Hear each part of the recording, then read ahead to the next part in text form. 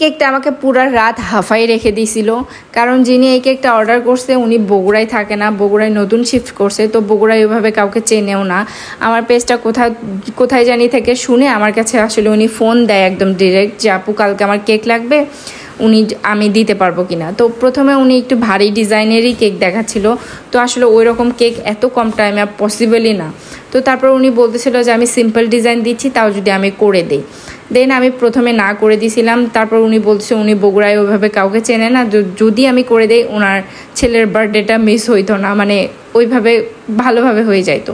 তো আমি ভাবলাম আচ্ছা ঠিক আছে। তো উনি 11টার সময় আমাকে সব কিছু কনফার্ম করে দেয় যে কীরকম লাগবে।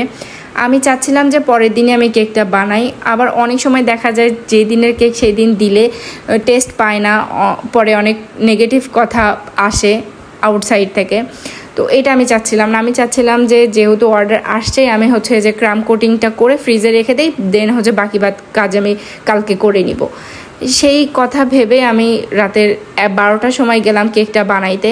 কেকটা আমি যখনই বিট করতে ধরছি ডিমটা, তখনই গেছে কারেন্ট। মানে বিট করছি আমি মেবি 1 থেকে 1.5 মিনিট, তখনই কারেন্ট চলে গেছে।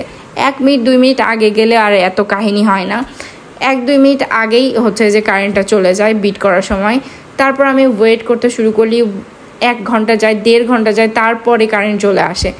দেন ওই বিটটা করার পরে আমি যেই কারেন্ট আসে 1.5 ঘন্টা পর, আমি কেকটা উঠাই দেই ওভেনে দেওয়ার 10 মিনিট পরে আবারও কারেন্ট চলে যায়। আর সেই কারেন্ট চলে যাওয়া না, এটা 3 ঘন্টার জন্য কারেন্ট চলে যায়।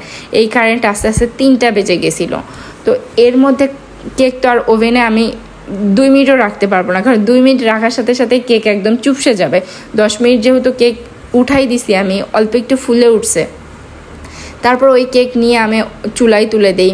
চুলায় তুলে দেওয়ার পরে হালকাভাবে হয়েছে, তারপরে একটু ডেবে গেছে, মানে কেকটা পারফেক্টভাবে ফোলেনি। যতটুকু আমি এক্সপেক্ট করছিলাম অতটুকু ফোলেনি। তারপরে আমি সকালবেলা ভাবি যে যে কাস্টমারকে এত ফ্ল্যাট একটা 2 পাউন্ডের কেক দেবো, কাস্টমার ভাববে যে আমি হয়তো বা কম দিছি। তো এই কথা ভেবে আমি আরেকটু ব্যাটার গুলি সকালে, যে আরেকটু অ্যাড করে দিব, বেশি হবে কিন্তু কম যদি না হয়। সকালবেলা যখন আমি ব্যাটারগুলো ওভেনে দিছি, সকালবেলা ওভেনে দেওয়ার পর সকালবেলা আবারও কারেন্ট গেছে। মানে ওই সময় আর কিন্তু একবারও কারেন্ট যায়নি, ওই সকালবেলা আবারও কারেন্ট গেছে। মন মেজাজটা এতটা বেশি খারাপ হয়ে গেছিলো না ওই সময়, যে কেন এই কেকের সময়ই কিসের জন্য। তারপরে ওইটা দেওয়ার পর এই কেকের ওজন কিন্তু 2.5 পাউন্ডের মতো হয়ে গেছে, যেহেতু আমি 2 বারের ব্যাটারগুলো দিছি, তো 2.5 পাউন্ডের মতো হয়ে গেছে। আর এত বেশি ঝামেলা লাগছিল ওই সময়টাতে, যে এত বেশি কারেন্টের ডিস্টার্ব হয়েছে, আর বেশি মেন্টালি প্রেশারে গেছে। রাতে আমি ভালোভাবে ঘুমাইতেও পারিনি এইটার জন্য। অনেক টাইম আমার ওয়েস্ট হয়ে গেছে এই একটা সিম্পল একটা কেকের জন্য। আর এই কেকটা মোটেও সিম্পল না, এই কেকটা করতে অনেক বেশি সময় যায়, অনেক বেশি সময়।